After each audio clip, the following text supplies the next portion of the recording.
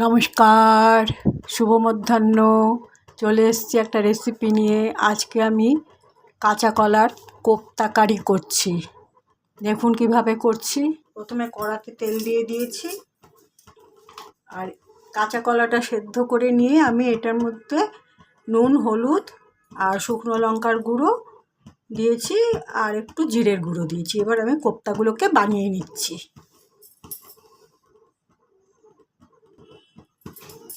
কাঁচা কলা সেদ্ধটার মধ্যে আমি নুন, হলুদ, লঙ্কার গুঁড়ো, জিরের গুঁড়ো আর একটু ময়দাটা আমি তখন সম্ভবত স্কিপ করে গেছি, বলা হয়নি, এখন আবার বলে দিলাম।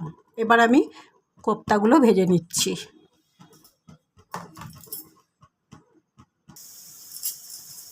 কাঁচা কলার কোপ্তাগুলো আমি ভাজা শুরু করে দিয়েছি। এক পিঠ হয়ে গেছে, এবার উল্টে দিয়েছি।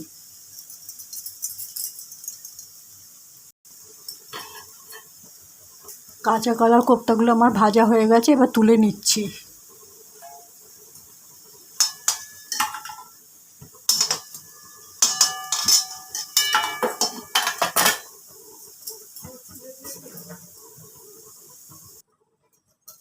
এই আলুগুলো আগে কেটে জল ঝরিয়ে রেখেছি, এবার আলুগুলো ভেজে তুলে নিচ্ছি।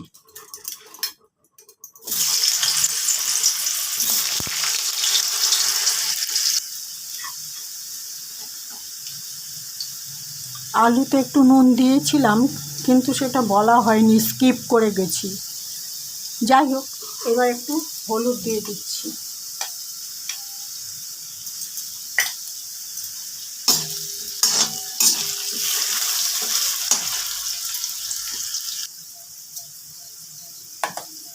আলুগুলো ভাজা হয়ে গেছে, আমি এবার তুলে নিলাম বা তুলে নিচ্ছি।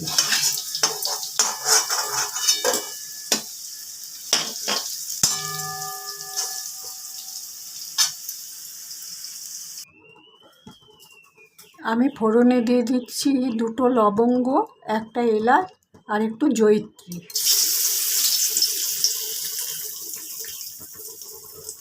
এটার মধ্যে ভিজিয়ে রেখেছি নুন, হলুদ, লঙ্কার গুঁড়ো আর জিরের গুঁড়ো।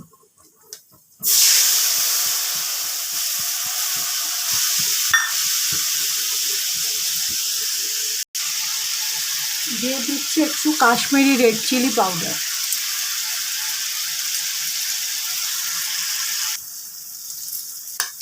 মশলা থেকে তেল ছাড়ছে, এবার আমি আলুগুলো দিয়ে দিলাম।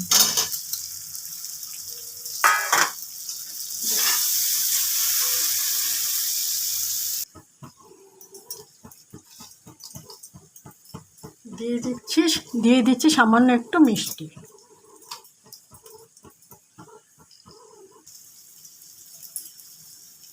এই বাটি এক বাটি জল দিয়ে দিচ্ছি, পুরো মশলাটা কষানো হয়ে গেছে।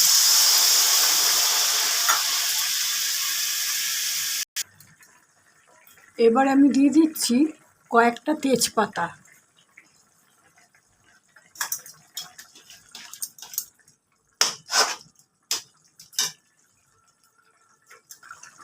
এবারে দিয়ে দিচ্ছি একটা গোটা কাঁচা লঙ্কা এবং কাঁচা কলার কোপ্তাগুলো এবার দিয়ে দিলাম।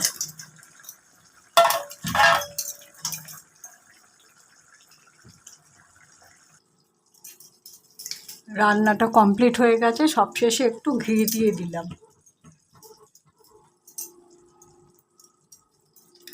এবার গ্যাসটা আমি নিভিয়ে দিচ্ছি, রান্নাটাকে স্ট্যান্ডিং টাইমে রেখে তারপরে ফিরে আসছি।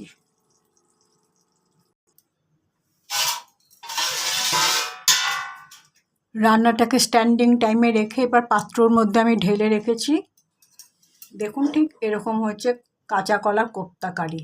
আপনারাও এরকমভাবে করে দেখবেন, খুব ভালো লাগবে। তবে আমি এখানে একটা ছোট্ট কথা বলছি, সেটা হচ্ছে জিরের রান্নার মধ্যে একটুখানি জয়িত্রী দেবেন।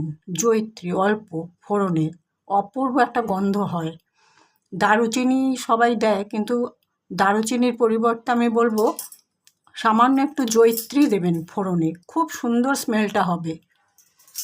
যাই হোক, আমার কাঁচা কলার কোপ্তা তৈরি হয়ে গেছে। আমি আমার ভিডিওটা যেখানেই শেষ করলাম। দেখা হবে পরবর্তী একটা ব্লগে বা ভিডিওতে। আপনারা সবাই ভালো থাকবেন। নমস্কার।